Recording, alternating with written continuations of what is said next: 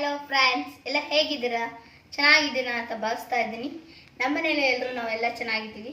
ಈಗ ನಾನು mutton gravy ಹೇಗೆ ಮಾಡೋದು ಅನ್ನೋದನ್ನು ತೋರಿಸ್ಕೊಡ್ತಾ ಇದ್ದೀನಿ. ಬನ್ನಿ ಹೇಗೆ ಮಾಡೋದು ಅನ್ನೋದನ್ನು ನೋಡೋಣ. ನೋಡಿ, ಇಲ್ಲಿ ನಮ್ಮ ಯಜಮಾನರು 1 kg ಮಟನ್ ತಂದುಕೊಟ್ಟಿದ್ರು. ಅದನ್ನು ಈಗ ನಾನು ಹಸಿ ಸಂಬಾರದಲ್ಲಿ ನೀಟಾಗಿ ಒಂದು 10-12 ವಿಜಿಲ್ ಹೊಡೆಸ್ಕೊತಾ ಇದ್ದೀನಿ. ಮೊದಲಿಗೆ ಕುಕ್ಕರಲ್ಲಿ ಮಟನ್ ತೊಳೆದು ಚೆನ್ನಾಗಿ ನೀಟ್ ಮಾಡಿ ಇಟ್ಕೊಂಡು ಸ್ವಲ್ಪ ಅರಿಶಿನ ಮಿಕ್ಸ್ ಮಾಡ್ತಾ ಇದ್ದೀನಿ. ಸ್ವಲ್ಪ ಆಯಿಲ್ ಆ್ಯಡ್ ಮಾಡ್ಕೊಳ್ಳೋಣ.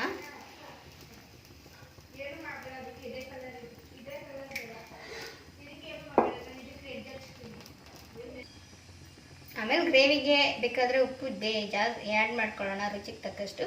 ಈಗ ಮಾಂಸಕ್ಕೆ ಸ್ವಲ್ಪ ಉಪ್ಪು ಹಿಡೀಲಿ ಅಂತ ಸ್ವಲ್ಪ ಉಪ್ಪನ್ನು ಸೇರಿಸ್ಕೊತಾ ಇದ್ದೀನಿ. ಇದು ಸ್ವಲ್ಪ ಎಣ್ಣೆಲೆ ಫ್ರೈ ಆಗೋವರೆಗೂ ಇದಕ್ಕೊಂದು ಹಸಿ ಮಸಾಲೆನ ರೆಡಿ ಮಾಡ್ಕೊಳ್ಳೋಣ. ಬನ್ನಿ. ಹಸಿ ಮಸಾಲೆಗೆ ಒಂದು ಮಿಕ್ಸಿ ಜಾರ್ ತಗೊಂಡು ನೋಡಿ, ಇದಕ್ಕೆ ಒಂದು ಬೆಳ್ಳುಳ್ಳಿ ಗೆಡ್ಡೆ ಮತ್ತು ಒಂದು ಈರುಳ್ಳಿನ ಕಟ್ ಮಾಡಿ ಇಟ್ಕೊಂಡಿದ್ದೀನಿ. ಇದನ್ನು ಮಿಕ್ಸಿ ಜಾರ್ಗೆ ಹಾಕ್ಕೊಳ್ಳೋಣ. ನೋಡಿ, ಸ್ವಲ್ಪ ಕಾಯಿ ತುರಿಯನ್ನು ಮಿಕ್ಸ್ ಮಾಡ್ಕೊಳ್ಳೋಣ. ಸ್ವಲ್ಪ ಕೊತ್ತಂಬರಿ ಸೊಪ್ಪನ್ನು ಆ್ಯಡ್ ಮಾಡ್ಕೊಳ್ಳೋಣ. ನೋಡಿ, 4 ಚಕ್ಕೆ ಹಾಕ್ಕೊಳ್ಳಿ. 1 ತುಂಡು ಚಕ್ಕೆ, 4 ಲವಂಗನ ಸೇರಿಸ್ಕೋಬೇಕು. ನೋಡಿ, 2 ಕಡಲೆನ ಸೇರಿಸ್ಕೊಳ್ಳಿ. 1/2 ಸ್ಪೂನ್ ಗಸಗಸೆ ಆ್ಯಡ್ ಮಾಡ್ಕೊಳ್ಳಿ. ನೋಡಿ, 2 ಸ್ಪೂನ್ ಧನಿಯಾ ಪೌಡ್ರು,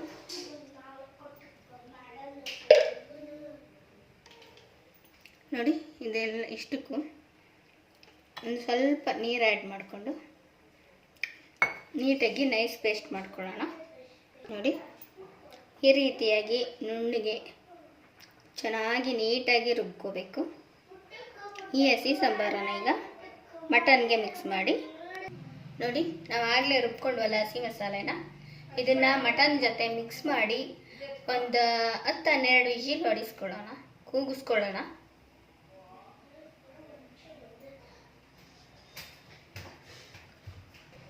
ಈಗ ನೋಡಿ, ಈ ಮಟನ್ಗೆ ಈ ಹಸಿ ಸಾಂಬಾರನ್ನೆಲ್ಲ ಮಿಕ್ಸ್ ಮಾಡ್ತಾ ಇದ್ದೀನಿ.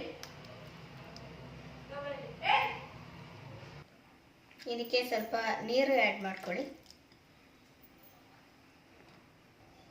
ನೋಡಿ, ಕುಕ್ಕರ್ ಲಿಡ್ನ ಕ್ಲೋಸ್ ಮಾಡಿ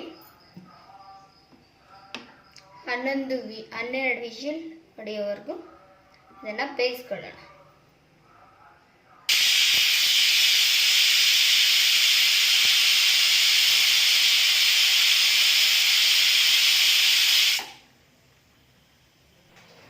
ನೋಡಿ, ಈ ಕುಕ್ಕರ್ ಈಗ ತಣ್ಣಗಾಗೋವರೆಗೂ ಇದಕ್ಕೆ ಇನ್ನೊಂದು ಗ್ರೇವಿ ಮಸಾಲಾನ ರೆಡಿ ಮಾಡ್ಕೊಳ್ಳೋಣ. ಬನ್ನಿ.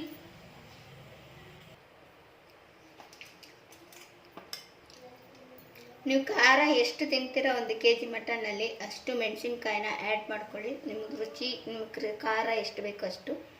ಕಮ್ಮಿ ತಿಂತೀನಿ ಅಂದರೆ ಕಮ್ಮಿ ಮೆಣಸಿನ್ಕಾಯಿ ತೊಗೊಳ್ಳಿ. ಜಾಸ್ತಿ ಖಾರ ಬೇಕು ಮಟನ್ನಲ್ಲಿ ಅಂತಂದರೆ ನಿಮ್ಗೆ 1 kgಗೆ ಎಷ್ಟು ಅಳತೆ ಪ್ರಮಾಣ ಬೇಕಷ್ಟು ತಗೊಳ್ಳಿ. ನಮ್ಮ ಮನೇಲಿ ಸ್ವಲ್ಪ ಖಾರ ಕಮ್ಮಿ ತಿನ್ನೋದ್ರಿಂದ ನಾನು 5 ಮೆಣಸಿನ್ಕಾಯಿ ತೊಗೊಂಡಿದ್ದೀನಿ.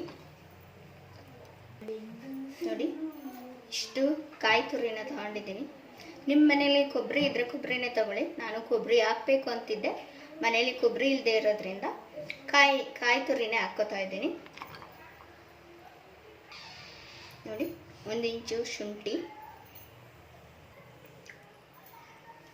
ನೋಡಿ 3-4 ಬೆಳ್ಳುಳ್ಳಿ ತಗೊಂಡು ಈ ರೀತಿ ನೀಟಾಗಿ ಸಿಪ್ಪೆನ ಎಳೆದು ನೀಟ್ ಮಾಡ್ಕೊಂಡಿದ್ದೀನಿ.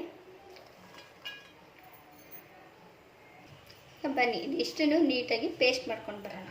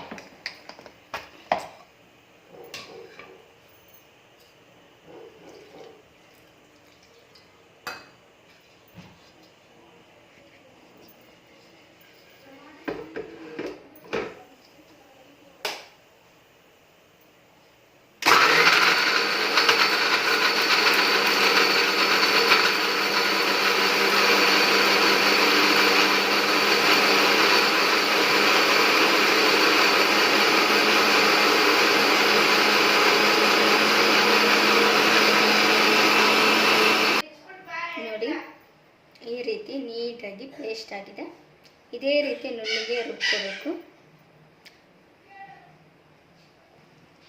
ನೋಡಿ, ಮಟನ್ನ ಇನ್ನೊಂದು ಬೋಸಿಗೆ ಟ್ರಾನ್ಸ್ಫರ್ ಮಾಡ್ಕೊಂಡಿದ್ದೀನಿ. ಅದು ಈಗ ಹಾಕೋ ಮಸಾಲೆ ತುಂಬೋಗುತ್ತೆ ಕುಕ್ಕರ್ಲಿ ಅಂತ ಕುಕ್ಕರ್ಲಿ ಮಟನ್ ಬೇಯಿಸ್ಕೊಂಡು ಬೇರೆ ಇನ್ನೊಂದು ಬೋಸಿಗೆ ಟ್ರಾನ್ಸ್ಫರ್ ಮಾಡ್ಕೊಂಡಿದ್ದೀನಿ.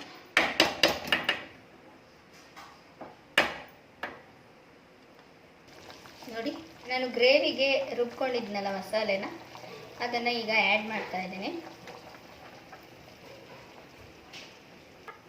ನೋಡಿ, ಈ ಗ್ರೇವಿಗೆ ರುಚಿಗೆ ತಕ್ಕಷ್ಟು ಉಪ್ಪನ್ನು ಆ್ಯಡ್ ಮಾಡ್ತಾ ಇದ್ದೀನಿ.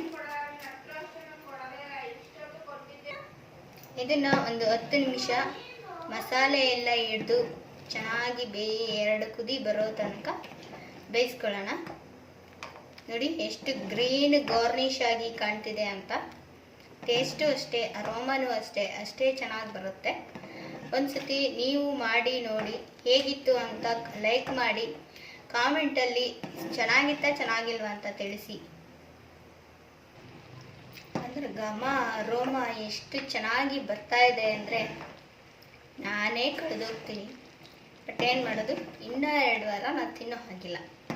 ಅದಕ್ಕೋಸ್ಕರನೇ ನಮ್ಮ ಮನೆಯಲ್ಲಿ ನಮ್ಮ ಮಾವ, ನಮ್ಮ ಯಜಮಾನರು, ನಮ್ಮ ಮಕ್ಕಳು, ನಮ್ಮ ಅತ್ತಿಗೆ ಬರ್ತಾ ಇದ್ದಾರೆ ಬೆಂಗಳೂರಿಂದ. ಅವ್ರಿಗೋಸ್ಕರ ಚೆನ್ನಾಗಿರೋ ಗ್ರೀನ್ ಗಾರ್ನಿಶ್ ಚಾಪ್ಸ್ ಮಾಡ್ತಾ ಇದ್ದೀನಿ. ಮನೆಯಲ್ಲಿ ನೀವು ಟ್ರೈ ಮಾಡಿ ನೋಡಿ. ನಮ್ಮ ಹಳ್ಳಿಗಳ ಕಡೆ ಈ ವಿಂಟರ್ ಸೀಸನ್ ಬಂತು ಅಂದರೆ ಈ ರೀತಿ ಮೆಣಸು, ಬೆಳ್ಳುಳ್ಳಿ, ಜೀರಿಗೆ ಈ ರೀತಿಯಾಗಿ ನಮ್ಮ ಹಳ್ಳಿ ಕಡೆ ಈ ವಿಂಟರ್ ಸೀಸನ್ಗೆ ಈ ಥರ ರೆಸಿಪಿನ ಮಾಡ್ತಾಯಿದ್ರು.